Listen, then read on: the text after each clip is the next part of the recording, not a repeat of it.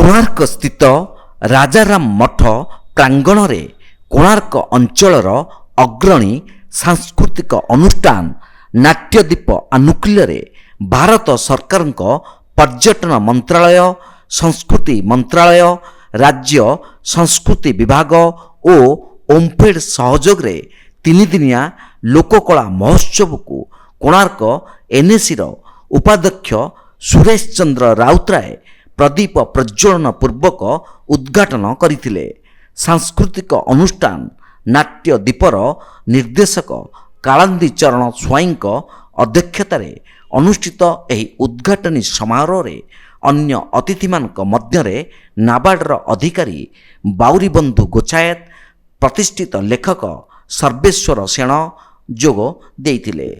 ଲୋକକଳାର ପୁନରୁଦ୍ଧାର ଓ ପ୍ରଚାର ଓ ପ୍ରସାର କରି ଜନମାନସରେ ଏହାର ଲୋକପ୍ରିୟତା ବୃଦ୍ଧି କରିବା ଏକାନ୍ତ ଅପରିହାର୍ଯ୍ୟ ବୋଲି ଅତିଥିମାନେ ମତବ୍ୟକ୍ତ କରିଥିଲେ। ଏହି ଉଦ୍ଘାଟନୀ ସମାରୋହର ପ୍ରଥମାର୍ଦ୍ଧରେ ଓଡ଼ିଶୀ ନୃତ୍ୟ ପରିବେଷଣ କରାଯାଇଥିଲା। ଏହାପରେ କଳାକାରମାନଙ୍କ ଦ୍ୱାରା ସମ୍ବଲପୁରୀ ନୃତ୍ୟ ପରିବେଷିତ ହୋଇଥିଲା।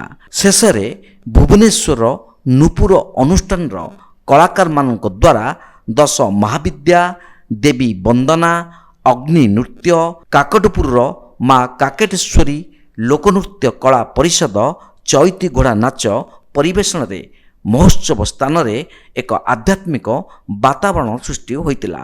ଏହି ଉଦ୍ଘାଟନୀ ସମାରୋହରେ କୋଣାର୍କ ତଥା ଆଖପାଖ ଅଞ୍ଚଳର ଜନସାଧାରଣଙ୍କ ଭିଡ଼ ପରିଲକ୍ଷିତ ହୋଇଥିଲା।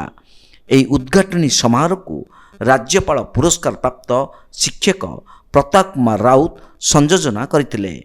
ଏହି ମହୋତ୍ସବକୁ ନାଟ୍ୟଦୀପର ସହ ନିର୍ଦ୍ଦେଶକ ନିତ୍ୟାନନ୍ଦ ମହାରଣା, ନିର୍ମଳ କୁମାର ପ୍ରଧାନ ଓ କାଳନ୍ଦୀ ଚରଣ ପ୍ରଧାନ ପ୍ରମୁଖ ପରିଚାଳନା କରିଥିଲେ।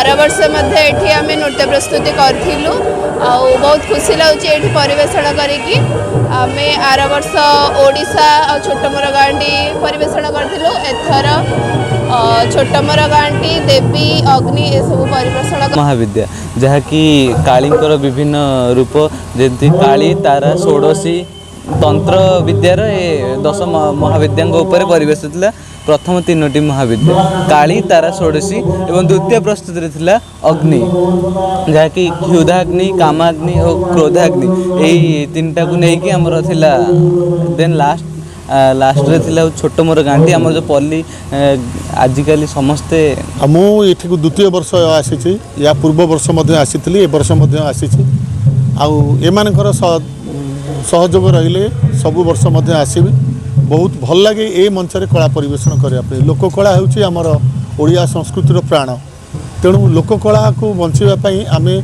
यथारीति आम साहाय्य करूँ। कोणार्करू ज्ञानरंजन विश्वाल रिपोर्ट तीर्थक्षेत्र लाइव।